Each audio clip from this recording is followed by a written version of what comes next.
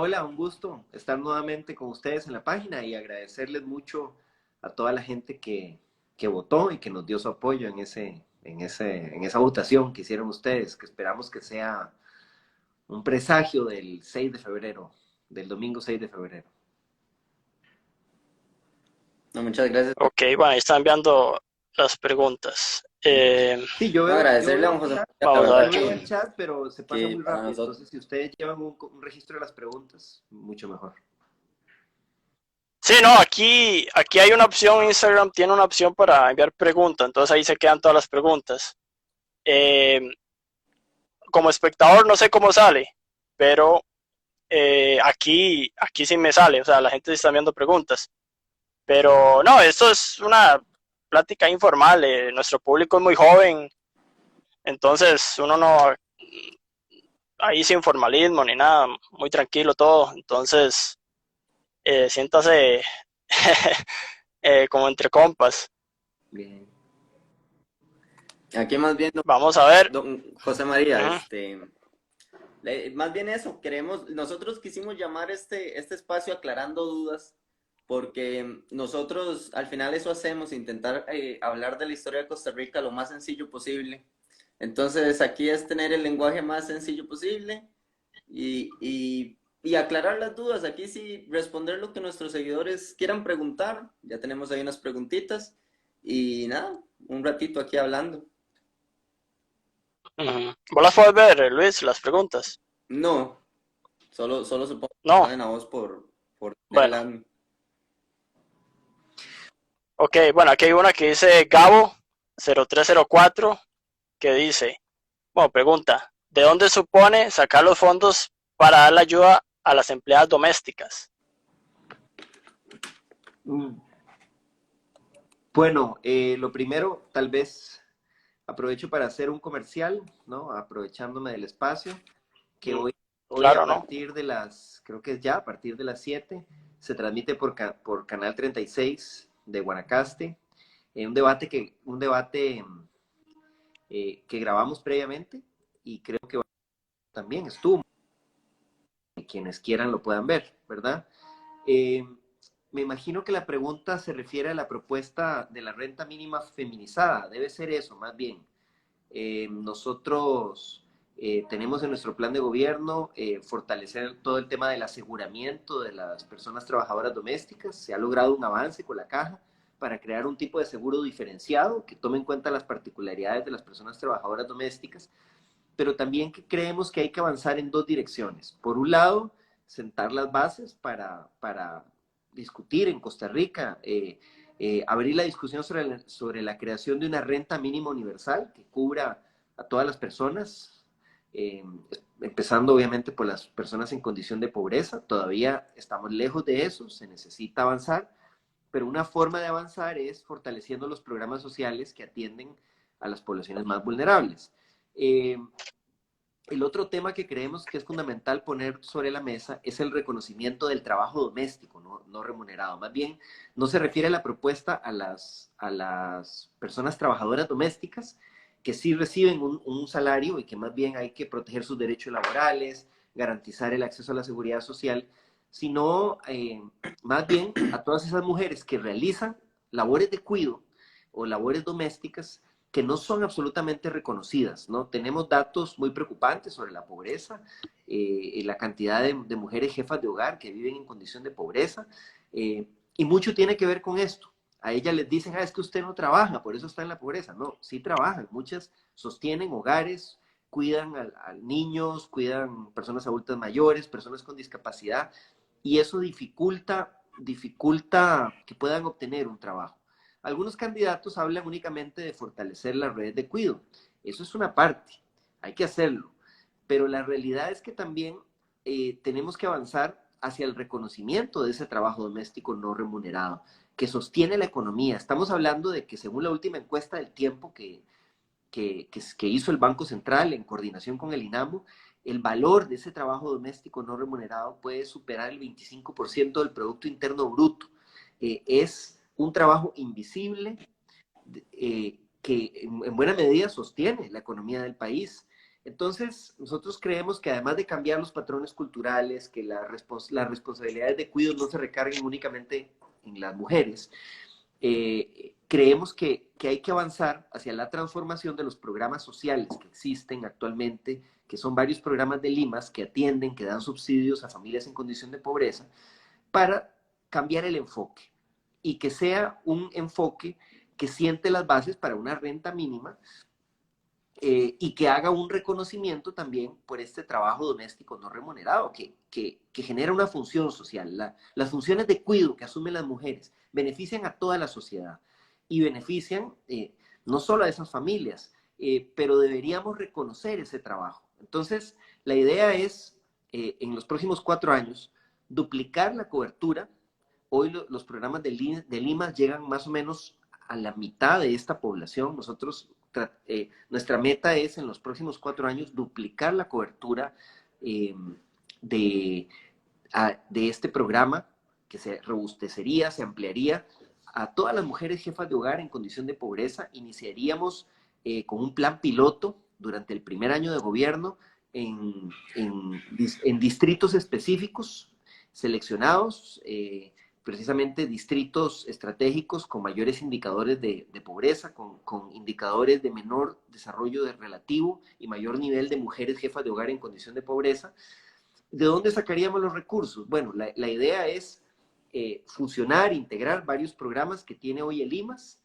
Una parte de los recursos en primera instancia vendrían de FODESAF, y es probable que tengamos también a mediano plazo, si el programa después de ser evaluado es exitoso, para extender la cobertura, utilizar otras fuentes de financiamiento. Estamos valorando varias opciones a través de los distintos ingresos, de las distintas fuentes de ingreso que tiene el Estado costarricense. Nosotros hemos hablado de redistribuir cargas tributarias, y de ahí, de esas medidas, donde logremos redistribuir, bajar los impuestos a las pequeñas empresas, y que los sectores que hoy evaden el pago de impuestos paguen realmente a sus ingresos, se podrían obtener ingresos adicionales para financiar este programa. Algo que nos han dicho mucho y que he oído a algunos candidatos decir, que eso lo que fomenta es la vagancia, que las mujeres estén en la casa viendo la novela. Quiero decirles que hay varios estudios muy interesantes. Recientemente la compañera Sofía Guillén, candidata a diputada por San José, trabajó una propuesta sobre este tema muy interesante que queremos poner en marcha. Y hay varias experiencias interesantes de países que han echado a andar programas similares, programas parecidos. Hay un caso muy interesante en Finlandia.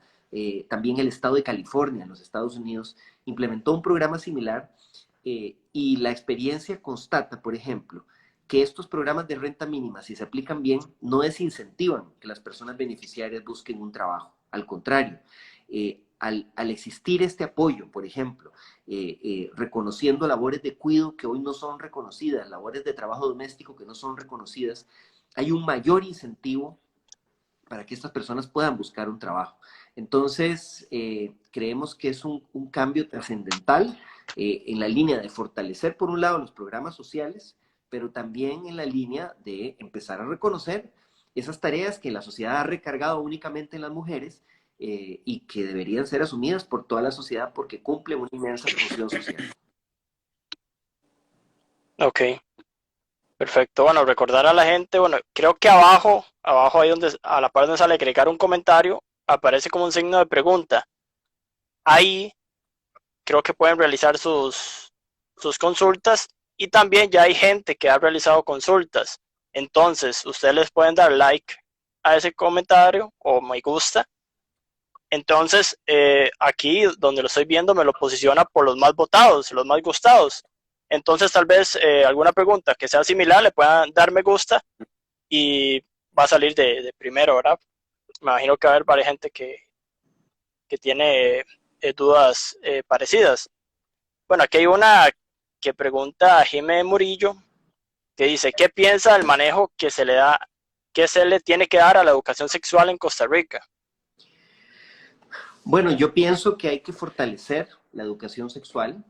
Los programas de educación sexual tienen que ser programas de cobertura universal, en primer lugar.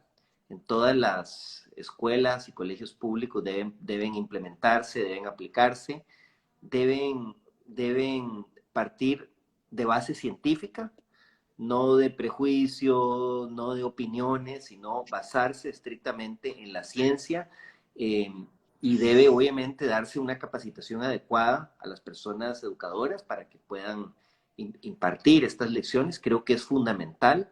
La experiencia ha demostrado que a medida que se fortalecen los programas de educación sexual y se da información a la niñez, a la juventud, a las personas adolescentes, obviamente adecuada a su edad, pero se brinda toda la información, se reducen los riesgos de embarazos adolescentes, embarazos no deseados, y también puede ser un elemento esencial para prevenir situaciones de violencia de género, para prevenir el surgimiento de patrones de conductas violentas, de patrones de conductas machistas. Yo creo que es fundamental la educación sexual. De hecho, a mí me parece que algunos candidatos que objetan esto, ¿no? Que alegan que se trata de la ideología de género, que deberían estos programas ser opcionales, que no deberían existir, ¿verdad? Me parece que desconocen, por ejemplo, los tratados que el país ha firmado. Costa Rica ha suscrito la Convención Iberoamericana sobre los Derechos de las Personas Jóvenes, donde expresamente se incluye que el derecho a la educación sexual es un derecho de las personas jóvenes. Me parece que debemos consolidar estos programas y no permitir que prejuicios interfieran en la obligación que tiene el Estado de garantizar que todas las personas tengan acceso a esta información tan importante. Ok.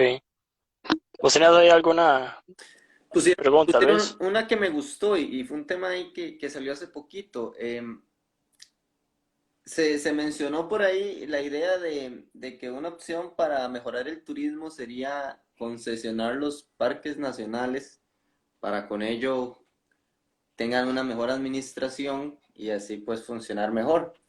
¿Qué opinión le merece eso y qué aportes haría su gobierno al tema de parques nacionales, sitios arqueológicos, para incentivar el turismo a esas zonas que digamos son tan, pues que ahorita lo están necesitando tanto, ¿no? A ver, nosotros no apoyamos las iniciativas que buscan privatizar los parques nacionales. Oí a un candidato hablando de eso en algún programa. Me parece que eso sería trágico para Costa Rica. Los parques nacionales son uno de los mayores tesoros que tiene nuestro pueblo, que hay que proteger, que hay que fortalecer. Lo que sí se puede hacer, y es algo que hemos venido promoviendo, es que las comunidades locales se involucren más en la cogestión, en la coadministración de los parques, para que los beneficios que generan los parques queden en las comunidades locales. Es parte de la estrategia de lo que hemos venido planteando, de que es necesario que haya más encadenamientos productivos que beneficien a las comunidades en las áreas de influencia donde se desarrollan las actividades turísticas. Entonces, por ejemplo, ya hay una ley que nosotros impulsamos y que se logró aprobar en la Asamblea hace un par de años, que plantea que la parte de servicios que no tienen que ver propiamente con la administración de los parques, estamos hablando de, por ejemplo, sodas, los servicios sanitarios, las tiendas, la parte de los senderos, la parte de facilidades para los turistas, que eso sea administrado por organizaciones locales. Pueden ser asociaciones de desarrollo, cooperativas. Hay experiencias muy bonitas. Por ejemplo, en Monteverde, la Reserva de Monteverde la administra la Junta de Educación de Santa Elena de Monteverde. En el POAS es el comité local de la Cruz Roja, que participa en la administración de algunas de las tareas. Esto tiene la ventaja de que genera empleos en las comunidades que viven a la par de las áreas protegidas, y democratiza la economía. Que acabemos con esa lógica de los enclaves, con esa lógica de áreas protegidas o parques, donde las comunidades ven esa área protegida como un enemigo, como algo que no les beneficia, precisamente porque no hay estrategias de este tipo que distribuyan la riqueza. Yo creo que tendría que ir por ahí. Yo creo que tendría que ir por ahí el planteamiento. Y en esa dirección hemos avanzado, como les digo, ya hay propuestas interesantes que van en esa línea de generar esos encadenamientos productivos. Algunas comunidades se quejan de que no reciben la capacitación, de que cuando se ha intentado hacer algún contrato de este tipo, se lo dan a empresas grandes o empresas que son de San José. Bueno, es una forma de democratizar la economía en las zonas rurales que viven en las áreas de influencia de nuestros parques. Y obviamente también mejorar los servicios, porque ese es otro problema. Y es algo inaceptable, digamos. Tenemos en Costa Rica parques que son muy visitados, que no tienen condiciones adecuadas para la visitación, ni siquiera baños en condiciones decentes, ni espacios para que los turistas descansen, o un lugar adecuado para la alimentación, o senderos en condiciones mínimas para ser transitados. Y realmente eso es inaudito, porque con la visitación que tienen algunos de nuestros parques nacionales, deberían estar las condiciones para que puedan ser visitados con seguridad. Obviamente, siempre el criterio técnico lo tiene que tener el SINAC, que es la autoridad que administra los parques, el MINAE. Debe prevalecer el criterio científico para garantizar que no se genere una afectación al área protegida, pero realmente es lamentable que tengamos instalaciones en tan mal estado en muchos de nuestros parques nacionales. Eso afecta obviamente la imagen del país, afecta el turismo y afecta estas posibilidades de mayores encadenamientos productivos. Yo creo que son cosas que se pueden solucionar y que una de las mejores formas de hacerlo es involucrar a las comunidades locales. Ok. Bueno, agradecer a todos los que se estaban conectando. Ahorita somos 350 personas.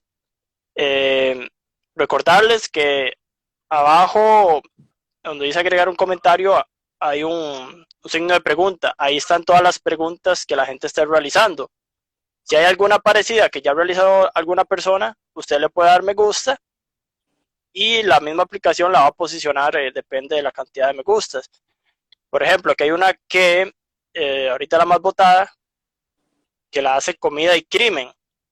Dice, ¿cómo se van a proteger los derechos de las comunidades indígenas? Algo muy importante. Sí, bueno, yo pienso que ahí tenemos una deuda histórica y creo que un gobierno que quiera saldar esta deuda, lo primero que tiene que hacer es reconocerla. De llegar al gobierno, nosotros haríamos eso. Creo que el Estado costarricense debe hacer una declaración reconociendo el abandono, el maltrato, la expoliación que han sufrido nuestros pueblos indígenas y pedir perdón por ese daño que no ha sido resarcido, no ha sido reparado históricamente. A partir de ahí tenemos que abrir un diálogo con los 24 territorios indígenas que existen en Costa Rica, con sus autoridades locales, para construir una agenda. Nosotros tenemos propuestas muy claras en nuestro plan de gobierno. Según un estudio reciente, somos el partido que tiene una propuesta más integral en el tema de los derechos de nuestros pueblos originarios, pero hay que escuchar. Precisamente lo que ha faltado aquí es que exista un verdadero diálogo. Entonces nosotros convocaríamos a un cónclave, a un congreso desde el gobierno con las autoridades de los 24 territorios indígenas para definir prioridades de acción en cada territorio que impulsaríamos durante los 4 años de gobierno. Hay políticas integrales, por ejemplo, hablamos de la necesidad de impulsar nuevamente la ley de autonomía indígena, una vez que haya sido aprobada, acordada con todos los territorios indígenas, con todas las comunidades indígenas, la presentaríamos nuevamente a la Asamblea Legislativa, ojalá como un proyecto prioritario durante el primer periodo de sesiones extraordinarias. Esta ley es muy importante porque buscaría fortalecer el derecho de las comunidades a tener sus propias formas de gobierno sin figuras impuestas en el cumplimiento del convenio 169 de la OIT, garantizar el derecho a la consulta, que no sea instrumentalizado o manipulado ese derecho a la consulta, el acceso a la educación, a la infraestructura. Hay un gran faltante, hay un total abandono de parte del Estado en muchos territorios indígenas. El Estado se escuda en que ahí hay una mayor autonomía, un mayor autogobierno, y entonces no interviene arreglando puentes, arreglando caminos, generando las condiciones de acceso a acueductos, escuelas, puestos de salud, y tenemos un rezago que hay que resolver y que hay que atender, así como se han suscrito empréstitos para financiar grandes obras. Tenemos como Estado costarricense que atender el atraso que hay en el acceso a la infraestructura en las comunidades indígenas, garantizar la educación indígena, garantizar el desarrollo de actividades productivas en armonía con el ambiente. No puede ser, ponía el otro día el ejemplo, por ejemplo, de los productores de plátano de Talamanca. En Talamanca se produce plátano de gran calidad que es totalmente orgánico, pero no hay una estrategia para darle valor agregado a esa producción y facilitar su comercialización en condiciones justas. Entonces, a los productores de plátano de Talamanca muchas veces los intermediarios los obligan prácticamente a entregar su producto sin recibir ni los costos de transporte. Son injusticias que se dan por el abandono que sufren los pueblos indígenas. El otro tema del que hemos hablado es el de la representación política. Creemos que hay que impulsar una reforma constitucional que ya presentamos para que los pueblos indígenas tengan una representación garantizada en la Asamblea Legislativa. Sería una circunscripción especial donde se garantizaría al menos 2 diputaciones que sean de los pueblos indígenas. Me parece que es lo mínimo que tenemos que hacer para empezar a reparar esa deuda histórica. Y el otro gran problema, obviamente, es el de la tenencia de la tierra. Resolver de una vez por todas los conflictos que hay por la tenencia de la tierra en las comunidades indígenas, y esto significa que el INDER entre en serio a comprar los terrenos, a pagar las indemnizaciones que haya que pagar para garantizar que las tierras ocupadas en territorios indígenas puedan ser ocupadas realmente por las personas indígenas y que no tengan esas personas que emprender acciones por su cuenta para recuperar las tierras que les pertenecen.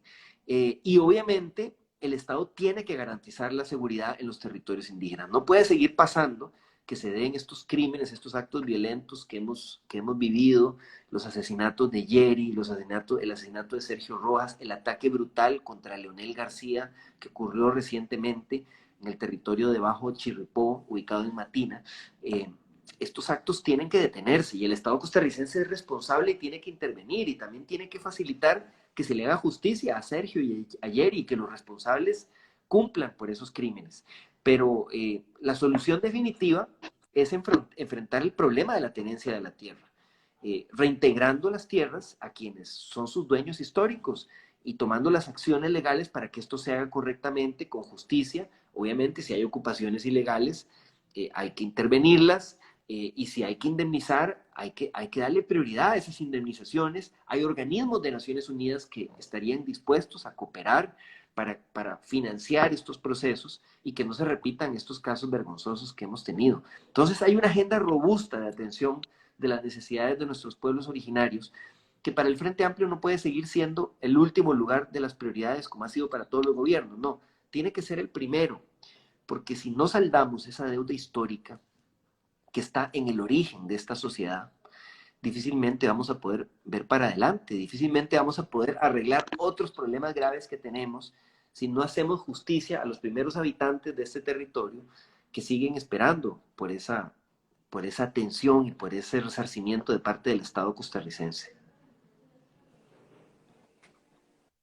Sí, sí, de hecho, bueno, ahora en el debate de Monumental, creo que vos hablabas con Fabricio, si no me equivoco, una pregunta, no me acuerdo, sobre tener un gobierno igualitario. Pero un gobierno no puede ser igualitario y si no tiene, tal vez no forman parte de todos los actores de la sociedad, ¿verdad?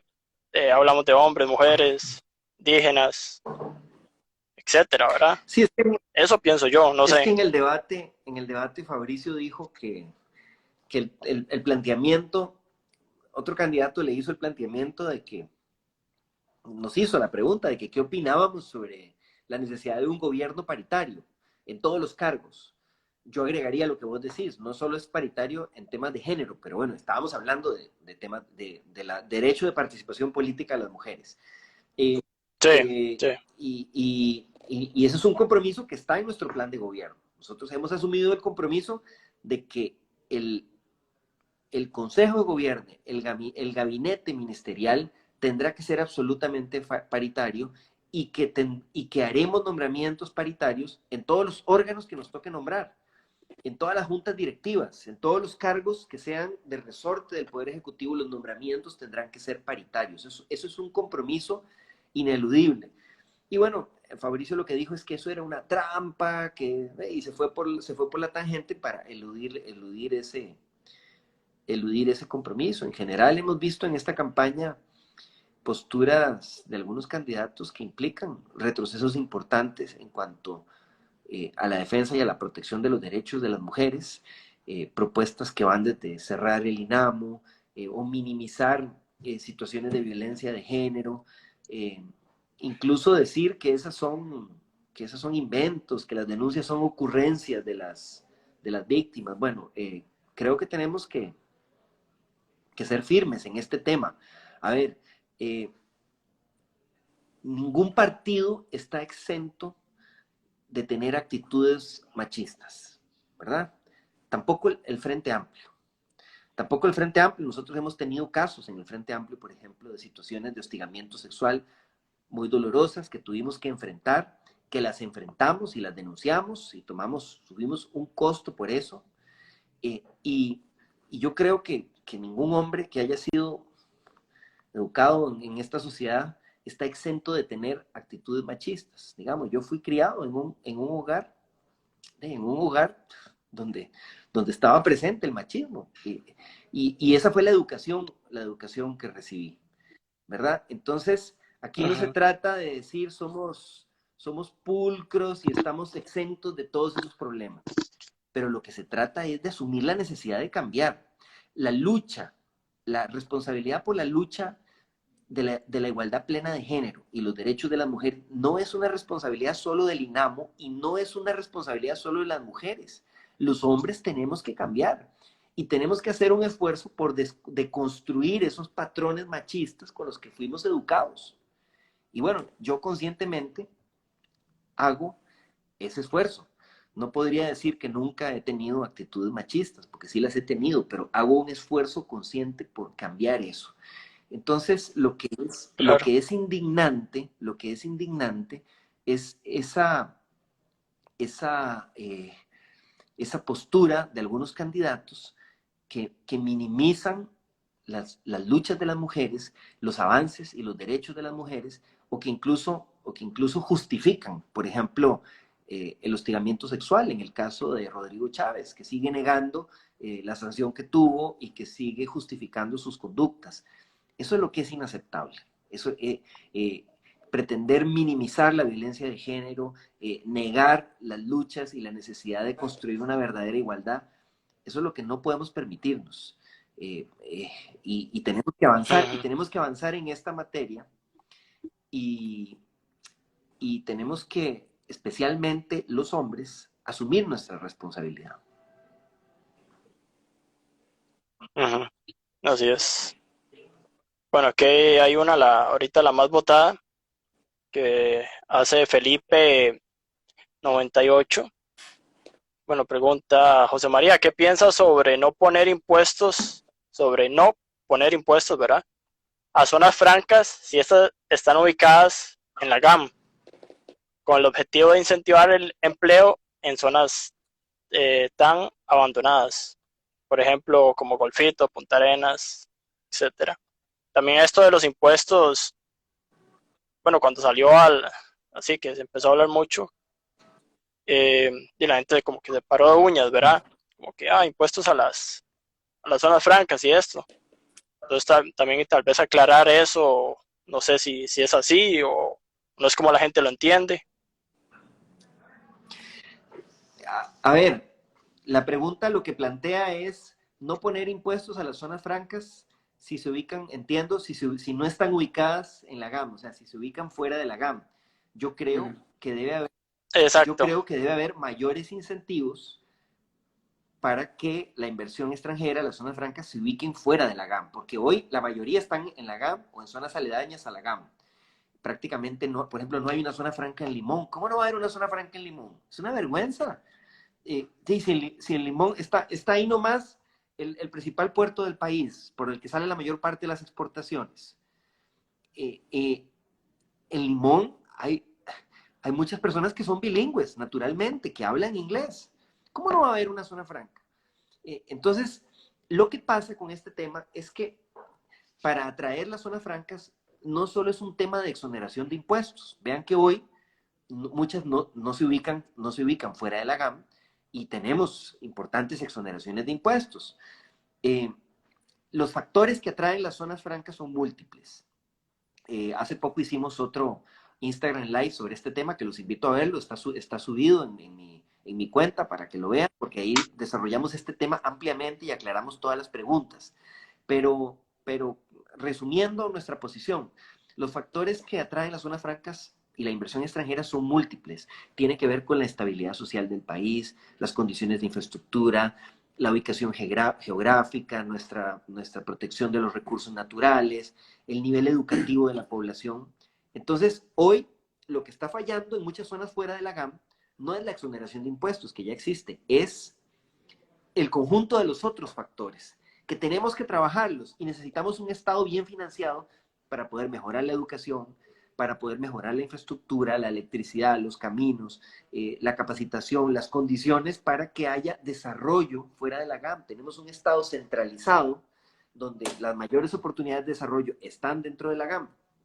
Entonces, bueno, en ese orden de tener una estabilidad en las finanzas públicas y tener recursos para financiar todo esto que tenemos que financiar, nosotros hemos planteado un reordenamiento del sistema fiscal del país. No se trata de subir impuestos, se trata de redistribuir las cargas tributarias, porque las pequeñas y medianas empresas, los trabajadores independientes, que son la mayoría, las que producen para el mercado interno, no tienen ningún tipo de exoneración y están asfixiadas de impuestos. Entonces necesitamos hacer una redistribución y eso es lo que hemos planteado, poderle bajar los impuestos a las pequeñas empresas y para no crear un nuevo hueco fiscal, atacar los portillos grandes que favorecen la evasión y el fraude fiscal de los más ricos, o sea, que los más ricos paguen de acuerdo a su riqueza. Y eso implica también revisar las exoneraciones que existen respecto a los impuestos existentes. En el tema de zonas francas creemos que hay una oportunidad porque hay un acuerdo mundial adoptado en el marco del G20 y de la OCDE que plantea la necesidad o la aspiración de que se exija a nivel global una contribución mínima a las multinacionales, independientemente del país donde estén ubicadas. Entonces, esa discusión, si se llegara a implementar eso, generaría primero una protección frente a los paraísos fiscales, pero implicaría que si un país decide no cobrarle esa contribución mínima a empresas extranjeras, estaría cometiendo un error porque igual esas empresas tendrían que pagarlo en su país de origen. Entonces, esa discusión creo que abre una posibilidad para discutir y revisar cómo mejoramos, cómo hacemos más eficaz el modelo que tenemos hoy de atracción de inversión extranjera. Pero no pensamos hacer nada que vaya a afectar los empleos en las zonas francas o que vaya a afectar a la gente que depende de esto. Lo que queremos es buscar alternativas para modernizar el régimen que existe actualmente. En ese contexto hemos hablado de revisar, por ejemplo, una propuesta que se planteó durante el gobierno de Laura Chinchilla, para que si hay que establecer una contribución, un tributo, que se enfoque en la distribución de dividendos, las ganancias que se reparten hacia afuera. Pero es un tema que queremos poner sobre la mesa, no es algo que pensamos hacer unilateralmente. Porque precisamente, y esto vuelve a la pregunta original, para poder incentivar más desarrollo en las zonas rurales fuera de la GAM, necesitamos invertir más en educación, invertir más en infraestructura, más en seguridad y más en muchas necesidades que hoy están totalmente desatendidas. Pero con la pregunta inicial estoy totalmente de acuerdo. Creo que en todo caso los incentivos deberían ser diferenciados para las empresas que hacen ese esfuerzo de ubicarse fuera de la GAM. Y tenemos que acordarnos también de las pymes, que esas no tienen ninguna exoneración, ningún beneficio, y son las que generan la mayor parte del empleo en Costa Rica. No, y comparto completamente con usted la idea de que completamente ilógico que en Limón no haya un desarrollo de zonas francas cuando hay tanto talento humano. Pero cambiando un poco de tema, don José María, quisiera preguntarle aquí, pone Alejandrius, en temas de bienestar animal se habla de educación en este aspecto, pero ¿qué propone usted? Es un tema que también en los últimos tiempos hemos visto casos de crueldad animal fuertes. Y qué propone usted? ¿Qué idea, qué opinión le merece? Nosotros somos de los pocos partidos que tienen un capítulo específico en el plan de gobierno de bienestar animal. Es un tema fundamental para nosotros, que no se puede menospreciar. Algunos candidatos han menospreciado esto y es una preocupación sentida de la población. Y yo creo que además es un compromiso ético, eh, eh, proteger a todos los seres vivos. Eh, eh, Hemos tenido avances, nosotros apoyamos directamente y decididamente desde la Asamblea la aprobación de la Ley de Bienestar Animal, que es un hito muy importante. Lo que pasa es que mucho de esa ley se ha quedado en el papel, porque no se aprobó la ley, pero no se destinaron los recursos para ejecutarla, ni al Poder Judicial, ni a la Fiscalía, ni al SENASA, ni a las municipalidades, ni a todas las entidades que tienen responsabilidades en el cumplimiento de la ley. Entonces, lo que nosotros queremos es avanzar en el cumplimiento y la implementación de la legislación, que se cumpla realmente, que estén los recursos para que se puedan investigar los casos, que se den, que las autoridades del SENASA tengan los recursos para hacer las investigaciones, para que los casos de maltrato animal puedan ser detectados a tiempo, para que se promuevan masivamente campañas de castración, campañas de adopción de, de, de animales que están en situación de calle, que están en la calle, y que realmente podamos avanzar en esta materia. Hay muchas cosas que se pueden hacer. Yo les invito a leer nuestro plan. Ahí desarrollamos ampliamente las propuestas que tenemos, que está abierto obviamente a incorporar otras propuestas, otros planteamientos, pero, pero aquí lo que ha faltado es la voluntad política de darle importancia a este tema. No es que no se ha hecho nada. Recientemente tuvimos la buena noticia de que los tribunales dictaron la primera sentencia. A la gente que le interesa este tema, les invito a que se la lean.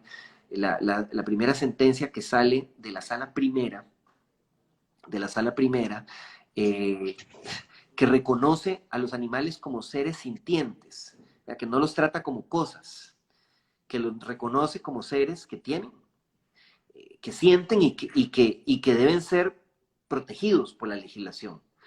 Eh, Esta sentencia es a propósito de la demanda que puso la fundación que administra el Parque Simón Bolívar contra el Estado por el caso del león Kibú, que es otro tema. Nosotros creemos que hay que eliminar esos zoológicos que tienen a los animales encarcelados y es otra de las propuestas que estamos planteando. Que ya se acabe ese modelo, ¿no? Existen formas de conservación ex situ, ¿no? Como los criaderos, o espacios para tener animales que por algún motivo no pueden estar, en el caso de la vida silvestre, no pueden estar eh, libres en su hábitat natural, aunque lo que hay que promover es la conservación in situ, en el lugar, en el sitio. A propósito de vida silvestre, yo sé que estoy mezclando el tema de bienestar animal con vida silvestre, pero obviamente No hay problema. está estrechamente relacionado. Bueno, esta sentencia lo que reconoce es que el Estado tenía la obligación de proteger al león Kibú y avala la decisión de sacarlo en las condiciones deplorables en las que lo tenía, en la que lo tenían en el zoológico Simón Bolívar, rechazando la demanda que esta fundación había presentado. Me parece que es un precedente importantísimo que nos va a permitir avanzar en el reconocimiento de todo este tema. Y, y sí, coincido con la gente que plantea que hoy la legislación no es aplicable, que hay tramitología, que las autoridades no atienden las denuncias. No es un asunto tanto de la ley, es que prácticamente se aprobó la ley y quedó en el papel, no se han destinado los recursos. eh, y es un tema en el que tenemos que avanzar. Ok. Ok, otra pregunta, bueno, no están acá, pero, o sea, consulto, digo yo, un hipotético caso de que llegarías a la presidencia, eh, ¿crees que habría un conflicto, por ejemplo, como creo que lo que pasó en Chile con Boric, si no me equivoco, que, bueno, como ganó la selección y todo, creo que el peso chileno eh, bajó, ¿verdad? Bueno, se desplomó y todo eso. ¿Crees que haya como algún problema si llegaras al gobierno, algo así como con Estados Unidos, por ejemplo, por la por el pensamiento, ¿verdad? Y la ideología del partido? De ninguna manera nosotros creemos que Costa Rica debe tener un diálogo y una relación cordial y respeto con todas las naciones del mundo y por supuesto con el gobierno de los Estados Unidos también, incluso de la Embajada de los Estados Unidos, pues han buscado a los distintos candidatos y candidatas del Frente Amplio para tener reuniones y tener como una comunicación fluida. Creo que tenemos pendiente una reunión en los próximos días eh, y, y, a mí me parece que hay que ver la experiencia de los distintos países de América Latina. En América Latina hay muchos países que tienen, que tienen gobiernos de izquierda democrática. Yo sé que a algunos les gusta hablar solo de 2 o 3 países, como si fueran los únicos países que existen en el mundo, pero tenemos muchos ejemplos y hay relaciones fluidas de respeto con las distintas naciones del mundo. Lo importante es enviar señales claras, eh, eh, tener un manejo adecuado, responsable de las relaciones internacionales. Lo que pasó en Chile fue efectivamente que se dio un bajonazo de la temporal de la bolsa de valores, pero después de los distintos nombramientos que ha hecho el presidente Boric, me parece que eso se va a encauzar correctamente. Hay mucha gente que intenta asustar con la vaina vacía, pero lo que yo le diría a la gente es que con lo que tenemos hoy, con los gobiernos que tenemos hoy, por ejemplo, se está disparando el precio del dólar. Tenemos un problema grave por el crecimiento del precio del dólar en estos momentos que hay que atender y que se está dando en estos momentos con el gobierno actual. Eh, entonces, lo importante es enviar señales claras, como nosotros hemos enviado, de respeto a la seguridad jurídica, de respeto al ordenamiento jurídico. Nosotros somos una fuerza política que hace política y que busca hacer transformaciones para la justicia social en el marco del orden constitucional de nuestro país. Somos absolutamente respetuosos de nuestra democracia. Son otros partidos los que amenazan la democracia. Aquí no hay nadie que pueda decir una acción que haya realizado el Frente Amplio que haya puesto en peligro la estabilidad democrática de Costa Rica, todo lo contrario. Nosotros hemos perdido elecciones y sabemos respetar los resultados y las luchas que damos las damos en el marco del orden democrático y, y creemos que es muy importante garantizar condiciones de estabilidad para podernos concentrar en donde nos está chimando el zapato. ¿Dónde es eso? En las grandes desigualdades que hay en Costa Rica, que es lo que queremos abordar. Eh, eh, las desigualdades territoriales, el abandono de las provincias costeras, de las zonas rurales de este país, de las comunidades indígenas. Ahí queremos poner atención. Esas comunidades empobrecidas también en las zonas urbanas que están abandonadas. No puede seguir creciendo la pobreza en un país tan rico. Tenemos que reducir el desempleo tan preocupante en las personas jóvenes que puede llegar hasta, en algunas regiones del país, llega hasta el 40%. Eso es una situación insostenible. Todavía el desempleo en las mujeres jóvenes es mayor. Tenemos que atacar esos problemas. Entonces, obviamente, nosotros esperamos en nuestro gobierno podernos concentrar en esos problemas. Eh, y, y bueno, la gente que quiere meter ruido con amenazas y fantasmas inexistentes seguirá haciéndolo. Pero nosotros no podemos permitir que nos distraigan de esas tareas fundamentales. Algunos quieren que hablemos de lo que pasa en Venezuela, en Irán, en Kazajistán, para que no hablemos de lo que pasa aquí nomás, en Batán, de Matina, en Alajuelita, en Los Cuadros, en Golfito.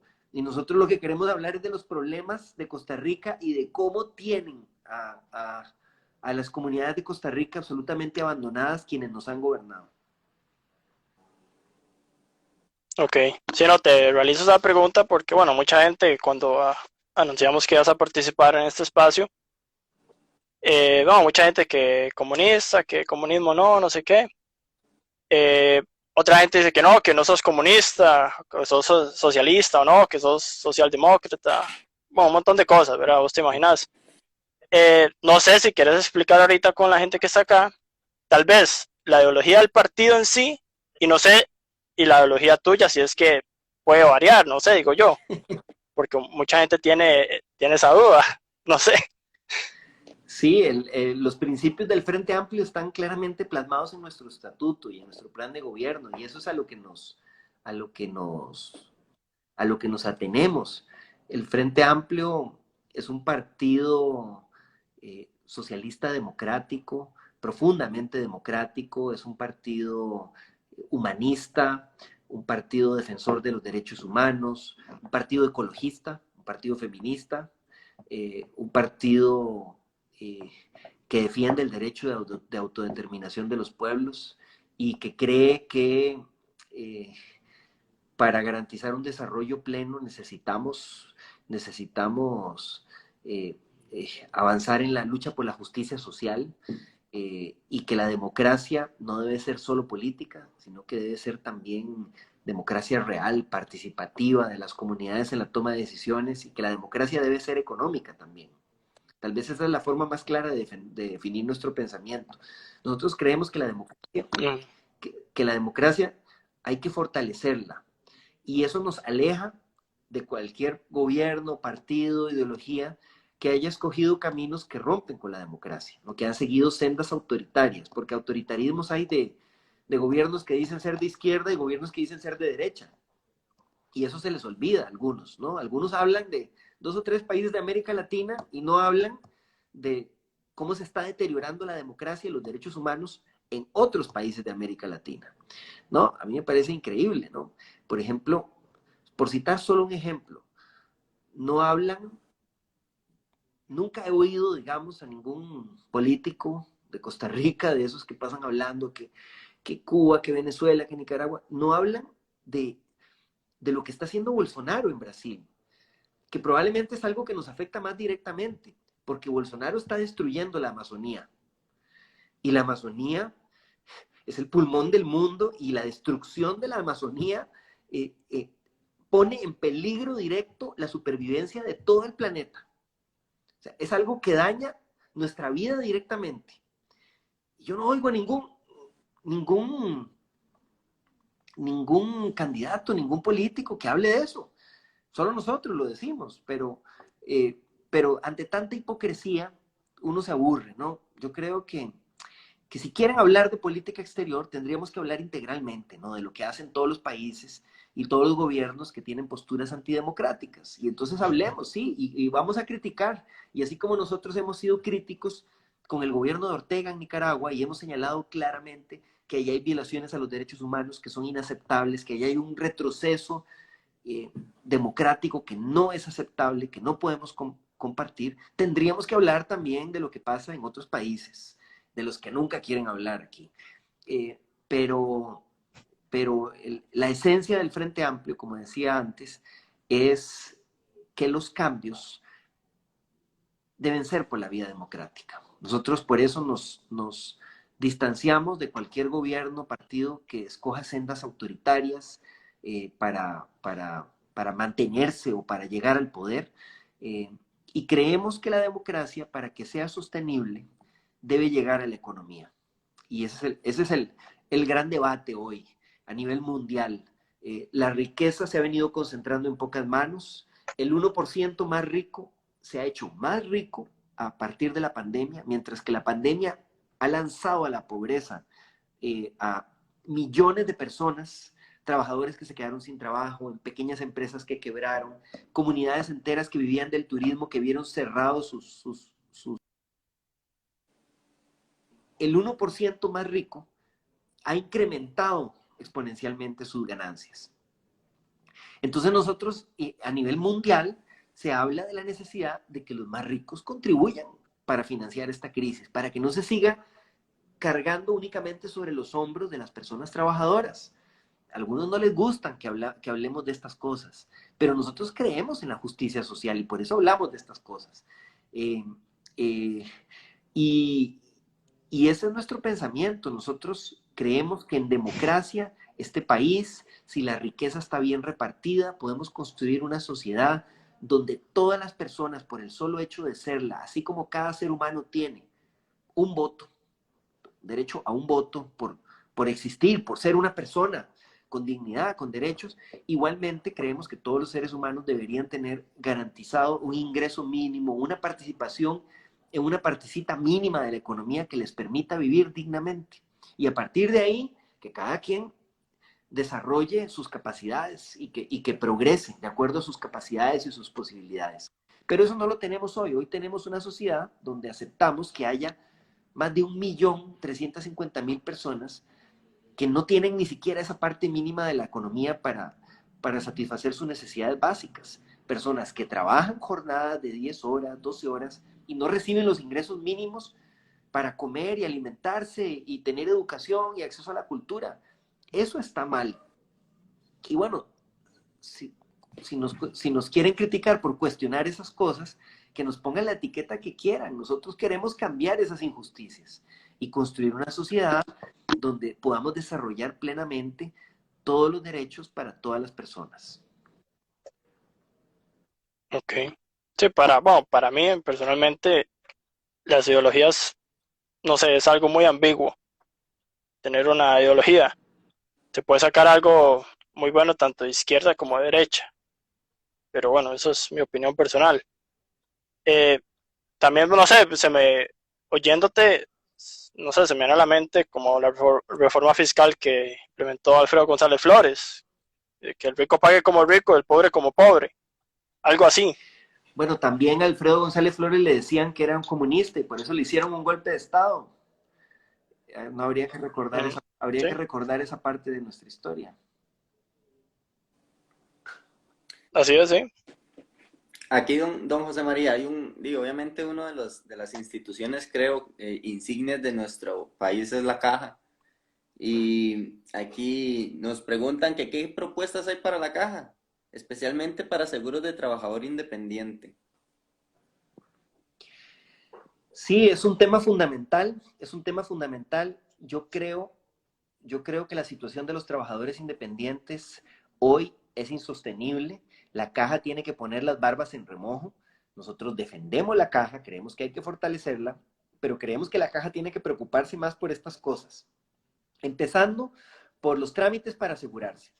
Yo he ido a tramitar el seguro cuando he trabajado como profesional independiente, cuando la vez pasada terminé mi periodo como diputado, eh, y me dediqué nuevamente a mi ejercicio como profesional independiente, como profesional liberal. Y, y aunque a mí me fue bien, viví viví el calvario que representó, viví el calvario que representó eh, eh, el aseguramiento ante la caja como trabajador independiente. Te ponen un montón de requisitos y casi que uno tiene que ir a rogarles poderte inscribir, ¿verdad? Cuando más bien se supone que la caja debería fomentar que un trabajador independiente se pueda inscribir. Nosotros hemos planteado esta situación, los trámites deberían ser más accesibles en línea, así como hoy los patronos aseguran a sus trabajadores en el CICERE, en línea, para los trabajadores independientes debería ser igual, inscribirse, desinscribirse y hacer las distintas modificaciones. La caja dice que va a implementar esos cambios. Y el otro tema son los montos elevadísimos que tienen que pagar algunos trabajadores independientes. Nosotros hemos apoyado la propuesta de buscar una solución, una amnistía para trabajadores independientes que tienen deudas acumuladas. ¿Qué pasó aquí? El requisito de los trabajadores independientes de asegurarse con la caja obligatoriamente empezó a regir en el año 2005. Muchos no lo hicieron, no se aseguraron, entonces acumularon deudas durante varios años que hoy son deudas impagables. En la asamblea se discutió la posibilidad de una amnistía. Lo que pasa es que, como pasa con muchas de estas amnistías, algunos vivazos quisieron meterse y gente con ingresos altos querían que la caja les condonara un montón de deudas a pesar de que ellos sí tienen ingresos para pagar. Lo que nosotros dijimos es que la amnistía tenía que concentrarse en los trabajadores independientes de más bajos ingresos, los que no pueden pagar lo que la caja les está cobrando. Entonces, bueno, ahí hemos dado una pelea. Al final estamos esperando una sentencia de la Sala Cuarta, porque el tema fue consultado en la Sala Cuarta, para ver cómo podemos avanzar. Pero yo estoy convencido de que tenemos que facilitarle el aseguramiento y bajar los costos de aseguramiento a las personas trabajadoras independientes. Hoy la caja cobra una base mínima contributiva de 300.000 colones, más o menos. Esto significa que aunque un trabajador independiente tenga menos ingresos, la caja le va a cobrar igual ese mínimo, va a partir de ese mínimo para asegurarlo. Esto lo que provoca es que estén en la informalidad, muchas personas trabajadoras de los ingresos más bajos. Esto se conecta con el problema de la explotación laboral, porque ustedes estarán pensando en el caso, por ejemplo, del repartidor de Uber Eats. El repartidor de Uber Eats lo que está en es una situación de total precariedad laboral. Es realmente un trabajador. Ahí lo que tenemos es un incumplimiento de esta empresa que no asume los derechos laborales de ese trabajador. Porque lo que hacen es tirarlo como si fuera un independiente. No es un trabajador independiente, depende totalmente de la empresa para prestar el servicio, pero la empresa no se hace responsable por su seguro y riesgos del trabajo, ni se hace responsable por su seguro de la caja. Lo obligan a él a pagar su propio seguro. Eso es una injusticia. Yo he visto casos de muchachos que se han accidentado yendo en bicicleta a entregar el pedido y no tienen un seguro de riesgos del trabajo para que los atiendan, tampoco tienen seguro de la caja. Entonces, tenemos que socar también el cumplimiento de los derechos laborales cuando son casos de relaciones laborales encubiertas. Pero también hay muchas personas, trabajadores de la cultura, trabajadores del turismo, gente que trabaja en freelance, en distintas actividades, que son verdaderos trabajadores independientes, que no pueden tener seguro por ese cobro tan alto que hace la caja. Algunos candidatos irresponsablemente han llegado a decir que lo que ellos van a hacer es bajar las cuotas que cobra la caja. ¿Cómo lo van a hacer? ¿Cómo lo van a hacer si la caja es una institución autónoma y además no podemos desfinanciar los seguros de la caja? Entonces, lo que pedimos es que el tema se aborde con seriedad. ¿Cómo se podría abordar con seriedad? Nosotros hemos dado una lucha para que se cumpla con una ley que obliga a las empresas públicas a destinar una parte de sus utilidades, un 15% de sus utilidades, a financiar el seguro de pensiones de la caja. Igual se podría hacer con las utilidades del INSS para el seguro de riesgos del trabajo. Esa ley durante muchos años no se cumplió en Costa Rica. Varios gobiernos, incluso algunos candidatos actuales estuvieron en puestos en esos gobiernos y no hicieron lo que tenían que hacer. Varios gobiernos no cumplieron con girar esa plata. Eso provocó que la caja no recibiera esa plata de las ganancias de las empresas públicas. Si la caja hubiera recibido esa plata, podría haber subsidiado el seguro para que no sea tan caro el seguro para los trabajadores independientes de bajos ingresos. No lo hicieron. Nosotros tuvimos que presentar un juicio que acabamos de ganar hace poco para que se cumpliera esa obligación y se reconociera el daño que se le causó a la caja. Pero no es a la caja, en el fondo es a las personas trabajadoras que dependen de la caja, para que se reconociera ese daño. Bueno, esa es una pelea que está en camino. Pero nuestra propuesta consiste entonces, para aterrizar, en que si ponemos en marcha ese fondo,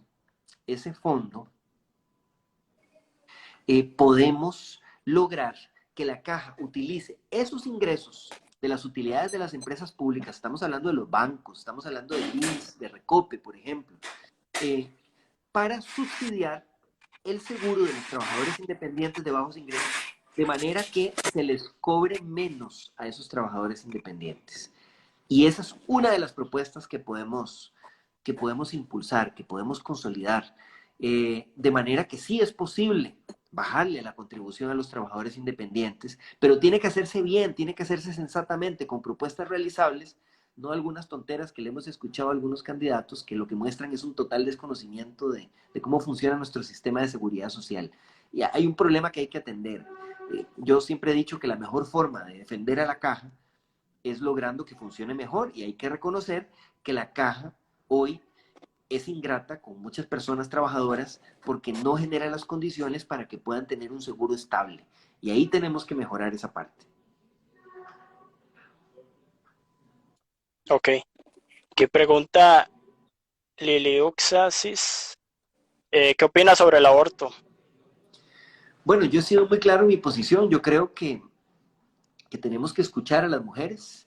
Eh, hemos tenido una legislación que desconoce por completo y que ignora la voz de las mujeres y el derecho de las mujeres a decidir sobre su propio cuerpo. A mí me parece que tenemos que avanzar hacia la despenalización. Yo lo que creo es que, a ver, yo lo que creo es que, o sea, lo ideal es que no haya abortos, lo ideal es que tengamos una política de salud sexual y salud reproductiva que reconozca los derechos, que dé la información, el acceso a los métodos anticonceptivos y la educación sexual para que no haya embarazos no deseados, para prevenir todos los casos de violencia. ¿No? Tendríamos que avanzar hacia eso. Pero si se da un embarazo no deseado y la mujer toma la decisión de interrumpir ese embarazo, no puede ser que la solución de nuestro ordenamiento jurídico sea meter a la cárcel a esa mujer, incluso en casos de violación. Eh, a mí me parece que esa es una materia donde el derecho penal no funciona. Es decir, eh, criminalizar a una mujer que ha sido violada y que toma la decisión de terminar el embarazo porque no puede sostener ese embarazo, porque es revivir es casi una tortura, revivir esa violación. Nuestro ordenamiento hoy, nuestra legislación lo que dice es que esa mujer tiene que ir a la cárcel. Yo creo que ahí el derecho penal no soluciona nada. Entonces, creo que en esta discusión tenemos que reconocer que, que nuestra sociedad no ha querido escuchar a las mujeres, escuchar su posición, escuchar su decisión y, y, y que se sigue partiendo de que el cuerpo de las mujeres es un objeto que puede ser controlado, que puede ser poseído o sea, en el fondo parte de esa concepción patriarcal de que las mujeres son objetos y que sus cuerpos pueden ser poseídos, controlados por el Estado, por el patriarcado. Entonces yo creo que hay que avanzar y el primer paso para avanzar es discutir el tema de la despenalización, porque el derecho penal no soluciona nada en estos casos. Sí. Se más a educación sexual para intentar evitar ese proceso de que de por sí es muy difícil. Sí, Eh, es una decisión difícil. O sea, a mí me gustaría, obviamente me mm, gustaría que no hubiera abortos, pero creo que la solución no puede ser lo que tenemos hoy, donde se niega la educación sexual, se niegan todas las medidas preventivas y después se quiere meter a la cárcel sin escuchar a una mujer que toma una decisión sobre el propio cuerpo. Es que, ujú, a ver, es que el propio cuerpo es parte de la, de la, de la, de la humanidad, de la esencia de un ser humano. Y entonces no podemos sí, pretender que el cuerpo de las mujeres es un objeto. ¿Verdad? Para poder ujú, debatir en serio sobre el tema, que es un tema complejo, es un tema polémico, pero para poder debatir en serio sobre el tema, tenemos que primero reconocer que no podemos seguir tratando a las mujeres como cosas, como objetos, ¿verdad? Y a partir de ahí, bueno, discutir las políticas públicas. claro. En ese sentido, Bueno, vamos a ir cerrando, sí, con las últimas preguntas. ujú. No, en ese sentido quería preguntarle a José María, ¿qué opinión le merecía lo que está pasando ahorita en Puerto Viejo? Y que la verdad es que poco se ha visto un accionar del gobierno, o al menos una pronunciación válida. ¿Qué opinión le merece lo que está pasando ahí? Me parece que es inaceptable lo que está pasando en Puerto Viejo, pero lo más inaceptable es la reacción del Estado. A ver, tenemos que combatir, como decía antes, las causas estructurales de la violencia de género, ¿no? Ahí hay una red de violadores que opera impunemente, aprovechándose de las condiciones de vulnerabilidad de muchas mujeres, sobre todo mujeres jóvenes turistas, que obviamente al no estar en su país de origen tienen mayor riesgo de sufrir agresiones. Pero la verdad es que en Costa Rica, lamentablemente, tienen riesgo de sufrir agresiones todas las mujeres cada vez que salen a la calle. en Puerto Viejo lo que ha pasado es que se ha agravado ese riesgo por la impunidad, por la ausencia del Estado y por falta de políticas integrales para prevenir la violencia. Entonces, encima de eso, aparecen algunas personas que le dicen a las mujeres que denuncian que se callen, que no digan nada porque eso va a afectar el turismo. Me parece que es un error garrafal. Nada puede afectar más el turismo que se posicione la idea de que en Costa Rica no queremos enfrentar con contundencia la violencia sexual contra las mujeres. Eso es lo más dañino. Bueno, y además apareció esta guía del ICT, que es absolutamente inaceptable. Muestra un poco la posición del Estado ante estos temas, que es culpabilizar a las víctimas.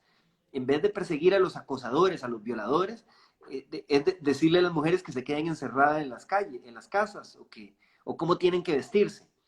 Entonces ahí han fallado las distintas instituciones. Algunos dicen, ¿dónde está el INAMU? ¿Verdad? Yo creo que el INAMU podría haber hecho un mejor trabajo en ese tema también, pero la responsabilidad de prevenir la violencia de género no es solo del INAMU. A algunos hombres les queda muy cómodo decir eso, ¿no? Como que ahí está el INAMU para resolver los problemas de género. Y el resto de la sociedad viendo para otro lado. El problema de la violencia de género es un problema de toda la sociedad, que involucra también a los hombres. Y entonces tiene que ser asumido integralmente por el Estado costarricense. Entonces, en Puerto Viejo hace falta una política de prevención de la violencia, hace falta presencia, una delegación policial de presencia, pero policías que estén capacitados, que estén formados para que puedan hacer un enfoque género sensitivo de estos casos. Se requiere una intervención directa de las autoridades judiciales para investigar y detener la red de violadores que está operando impunemente allí.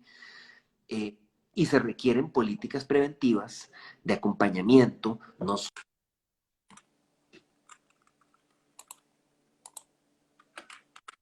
es decir, se requiere hacer todo lo que el Estado costarricense no está haciendo para prevenir la violencia en muchos otros ámbitos, pero lo que es inaceptable es que de pronto salgan diciendo que las violaciones son culpas de las mujeres o son culpa del INAMU, cuando es una responsabilidad que tenemos que asumir todos como sociedad, y especialmente, volvemos a lo mismo, especialmente los hombres, que tenemos que cambiar esos patrones de cultura machista, patriarcal, que hemos reproducido, liberarnos, renunciar, a propósito de los privilegios.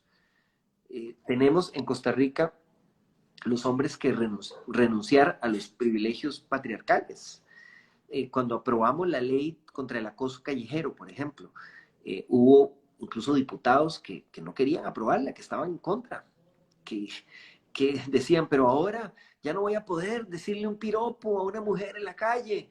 En el fondo, lo que no querían renunciar es a ese derecho que se han impuesto en nuestra sociedad, los hombres, ¿verdad? De poder gritarle cualquier cosa a una chica impunemente en la calle, ¿verdad? Y a poder, digamos, comportarse de esa forma, imponiéndose sobre el cuerpo y los demás derechos de las mujeres. Entonces, hay que eliminar, a propósito de eliminar privilegios, hay que eliminar esos privilegios patriarcales, y es mucho más fácil eliminarlos si la lucha no es solo de las mujeres, ¿no? Yo creo que ese es un movimiento que no lo para nadie. En este momento en Costa Rica y en el mundo, el movimiento social más activo, más vigoroso, es ese movimiento de mujeres jóvenes que se hartaron de esperar a que la sociedad cambie sola, y que están alzando su voz contra el machismo, contra el acoso sexual, contra la violencia de género, y que están exigiendo que se den esos cambios. Yo creo que ese movimiento, reflejado en el Me Too y en todas las manifestaciones en contra de las distintas formas de violencia de género, yo creo que eso no lo va a detener nadie. Esas conquistas se van a dar, pero obviamente sería mucho más fácil sería mucho más fácil si también los hombres asumiéramos nuestra parte de la tarea, ¿no? Y asumiéramos la necesidad de renunciar a los privilegios patriarcales y la necesidad de construir, de cambiar la cultura, de construir esos patrones machistas de, de conducta. Yo no puedo decir que lo haya logrado al 100%, pero sí puedo decir que estoy comprometido con esa tarea. Muy bien, la verdad Claro, sí. es que es un cambio, sí, completamente integral y que se va a lograr tarde o temprano. Y bueno, sí, para ir terminando, vamos con una pregunta que tiene ratito ahí de estar de primera, un cambio ahí un poco de temática. Dice, bueno, a propósito de que aquí se ha vuelto a mencionar el tema de explorar petróleo y que en el mundo estamos viendo más bien todos los daños que están causando los derrames de petróleo.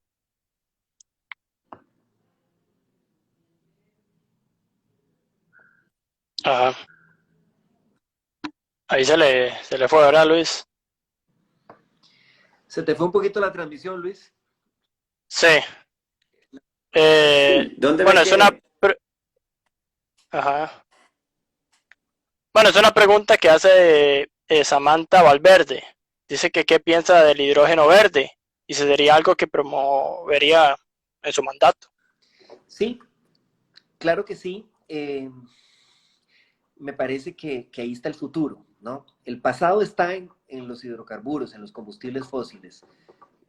Queremos avanzar como prioridad en la derogatoria de la ley de hidrocarburos y en la prohibición definitiva de la explotación de petróleo y gas en Costa Rica.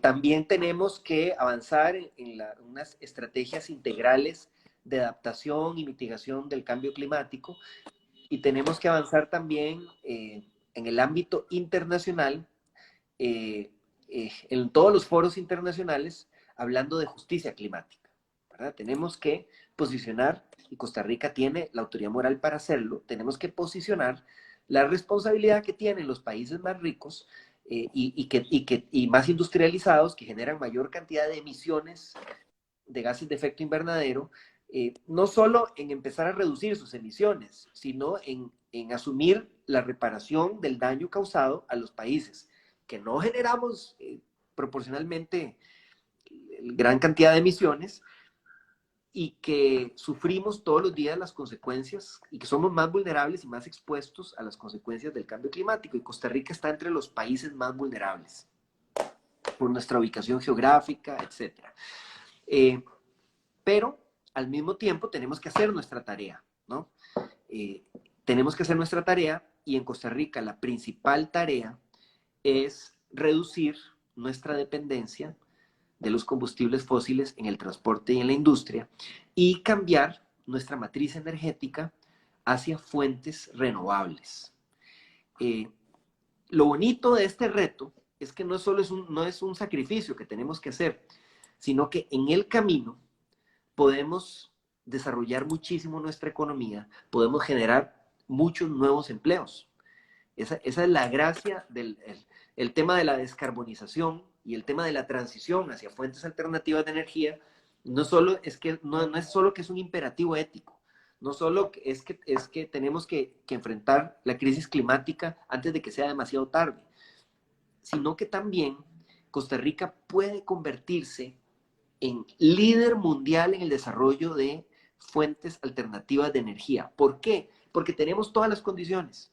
Tenemos universidades públicas que hacen investigación de punta, tenemos recursos naturales como el agua, por ejemplo, y tenemos una matriz energética en el sector eléctrico que se basa prácticamente en un 100% en fuentes renovables. Es decir, tenemos electricidad renovable. Tenemos agua, tenemos electricidad, nos falta invertir más en investigación, pero tenemos el potencial, el talento humano para hacerlo.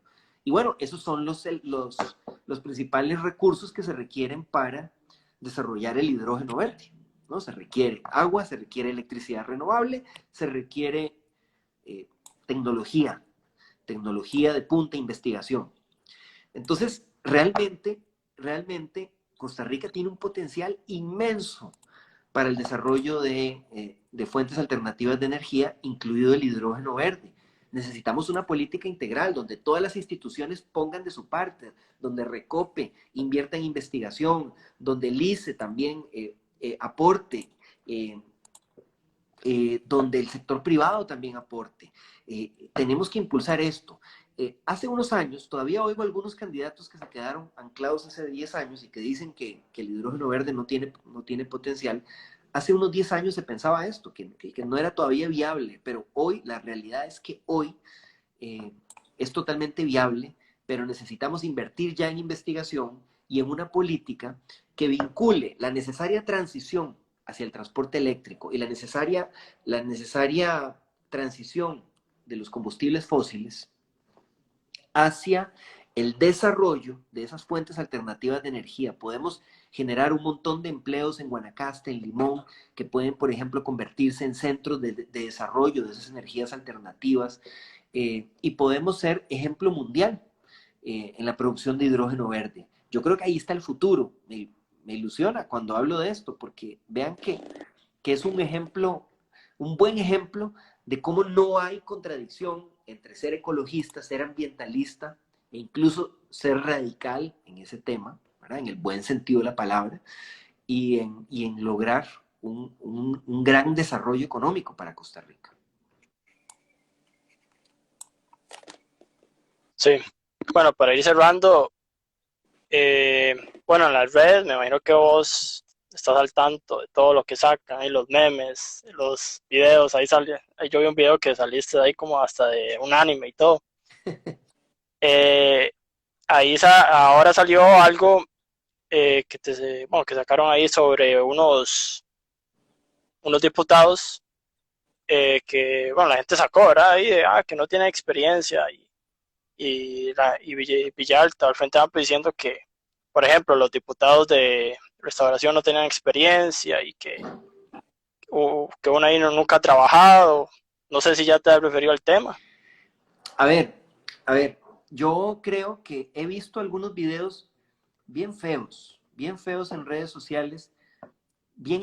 De hecho, más que todo en TikTok lo he visto. Bien elitistas, ¿verdad? Uh-huh. Videos bien elitistas, pero que además son engañosos. ¿Por qué?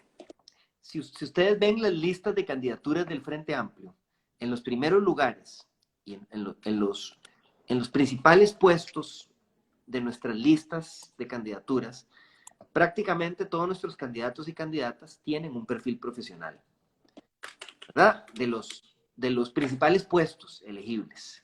Nosotros obviamente esperamos elegir muchos diputados, pero a ver, en los principales cargos, nuestras candidaturas muchas tienen experiencia y conocimiento de la Asamblea Legislativa o tienen perfiles profesionales. También en nuestras listas hay personas que no tienen perfiles profesionales. Pero ¿qué pasa? Se supone que la Asamblea Legislativa es el espacio de representación del pueblo y para ser diputado no se requiere tener un título profesional, porque el pueblo está compuesto no solo por profesionales, está compuesto también por personas de los distintos sectores. Yo he visto diputados, agricultores, que no tenían más de un título de secundaria, que defendieron firmemente los derechos del sector del pueblo al que representaban, mucho mejor que algunos señores emperifollados que tenían no sé cuántos títulos y salieron cuestionados por corrupción, ¿verdad? Pero también el pueblo está compuesto por amas de casa, por jóvenes, personas jóvenes estudiantes, personas desempleadas. Entonces he visto unas burlas vergonzosas en redes sociales donde aparecen algunas personas con ese discurso, ese tufillo elitista, aporofóbico, burlándose de candidaturas, porque en alguna lista del Frente Amplio aparecen personas que son, por ejemplo, personas desempleadas o personas estudiantes. A ver, eso me parece que es una vergüenza, ¿verdad? Es una vergüenza, porque todas las personas tienen derecho a ser candidatas. Entonces, por ejemplo, en las listas del Frente Amplio, así como en los primeros lugares hay personas con un perfil profesional sobrecalificados, ¿verdad? Profesionalmente, también hay personas de distintos sectores de la sociedad, porque la lista lo que busca reflejar es esa diversidad de la sociedad costarricense. Entonces tenemos, por ejemplo, un compañero que está en el lugar 18 de la papeleta de San José y que es estudiante desempleado, ¿verdad? Y que es un compañero luchador, que tiene todo mi respeto y mi admiración y que conoce más de la realidad nacional que algunos de esos que dicen tener maestrías y doctorados, pero que van en el lugar 18 de la papeleta y se burlan de eso. Y se burlan de eso diciendo que es que hay candidaturas no preparadas. Por favor, sean más serios. Claramente alguien que va en el lugar 18 de la papeleta no va a salir electo porque no está en un lugar elegible, pero también tiene derecho, y la lista lo que busca es reflejar esa diversidad de la sociedad costarricense, irle dando oportunidades a personas para que tal vez en un futuro puedan también aspirar a un puesto más elegible. Y entonces a mí me parece que esos discursos elitistas lo que hacen es demostrar primero un total desconocimiento de nuestro ordenamiento jurídico, de nuestra constitución, de la realidad de muchas personas en Costa Rica que no tienen un trabajo, no tienen un título, no porque no quieren, sino porque no pueden, porque no han podido seguir estudiando, porque no han podido seguir trabajando, de la realidad del pueblo, pero además de, de querer descalificar a personas. Miren, por ejemplo, yo les digo algo a propósito de esto. El otro día estaba viendo un debate Monumental y escuché a una candidata de uno de estos partidos con esos discursos elitistas, escuché a una candidata decir que la Asamblea Legislativa nombra a los ministros. Yo no sé cuántos títulos tiene esa candidata, pero a ver, ningún candidato del Frente Amplio, con título o sin título, se dejaría decir una cosa así, porque nosotros sabemos que los ministros los nombra el presidente, no los nombra la Asamblea Legislativa. Entonces, de mucho cuidado, porque también esos discursos, si yo quisiera reproducir esa misma lógica, podría meterme a revisar las listas de esos partidos, y me encontraría también personas que no tienen esos perfiles que destacan quienes quieren hacer ese planteamiento, ¿verdad? Eso es lo peor, o sea, ni siquiera ellos en sus listas cumplen con lo que predican. Entonces además está la incongruencia. Pero yo defiendo Claro. el derecho de todas las personas a postularse, a ocupar cargos públicos, y creo que es un error descalificar a alguien solo por no tener un título universitario. Creo que todas las voces tienen que estar representadas. Hemos visto algunos señorones emperifollados, llenos de títulos, llenos de experiencia, que se robaron la plata del pueblo y que avergonzaron al pueblo de Costa Rica. Algunos han terminado incluso presos en la reforma. Entonces, no podemos caer en esos discursos. Yo creo que son muy peligrosos y al menos en el Frente Amplio no los vamos a reproducir. Siempre me llama la atención que se fijan en nuestras listas y no en las de otros partidos, pero yo no voy a caer en ese discurso de humillar a una persona que es candidata solo porque no tiene un título universitario.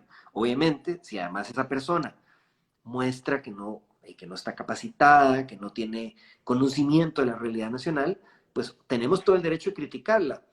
Pero estoy seguro que esas candidaturas del FARC que están cuestionando, ni siquiera les han dado la oportunidad de expresarse o ver cómo piensan o ver cuáles son las propuestas que tienen. Entonces, mucho cuidado con esos discursos elitistas, porque ya en el gobierno ya no serían solo discursos, serían políticas públicas excluyentes, políticas públicas que demostrarían un absoluto desconocimiento de la realidad nacional. Sí, al final, completamente ilógico, porque bueno, con todo lo digo, este proyecto aquí fue hecho por personas que no tienen todavía un título universitario, pero ningún profesional ni ningún gran erudito se le ocurrió hacerlo. Entonces, a veces las mejores ideas no vienen de las personas con títulos universitarios, eso hay que tenerlo muy presente. Pero Don José María, no más que Sí, agradecer así es. por este ratito que nos brindó para aclarar, bueno, bastantes dudas. Creo yo que se sacó bastante bien la tarea. Se tocaron bastantes temas diferentes. Sí, igual recordar, bueno, el en vivo este va a quedar igual subido Ajá. ahí en el perfil. No sé, unas últimas palabras. Bueno, ya se vienen los últimos debates, ¿verdad? Hoy hubo el del Monumental, creo que el jueves el Repretel y viernes Teletica. Sí, sí, efectivamente. Hoy recibimos ya la confirmación de la invitación al debate de Teletica, que será el viernes. Allí estaremos. Y el jueves, el próximo jueves, dentro de 2 días, el debate de Repretel, que serán los dos debates, los dos debates finales, digamos, de esta contienda.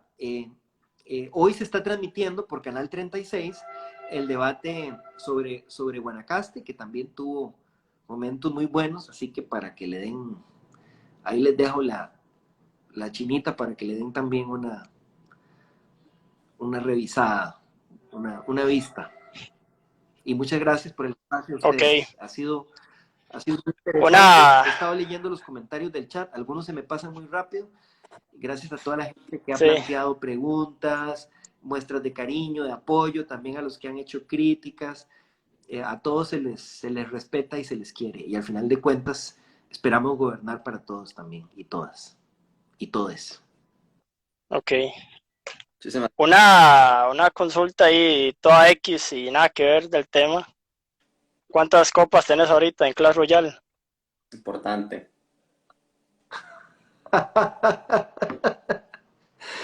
No sé, casi no he podido jugar en estos días. Y además de ya después quedé un poco curado, ¿verdad? Pero, pero, Cuando, cuan- cuando pero a organicemos veces nuestro es torneo, necesario lo distraerse invitamos. con los jueguitos. ¿Qué pasó? Perdón. Cuando organicemos nuestro torneo, lo invitamos de fijo. Ok, pero mándenme la invitación cuando esté en mis ratos libres, ¿verdad? Claro, Sí, Para no meter las patas. perfecto. ok, ok. Un domingo en la noche o algo así, ¿verdad? No me lo vayan Un a domingo mandar en la noche. en media sesión del Consejo de Gobierno, ¿verdad? O alguna cosa así, porque Perfecto. Muchísimas para gracias. no Sí, volver a sí, meter las patas. No, no volver a salir. ok, Muchísimas gracias, don José María. ok. No, pura vida.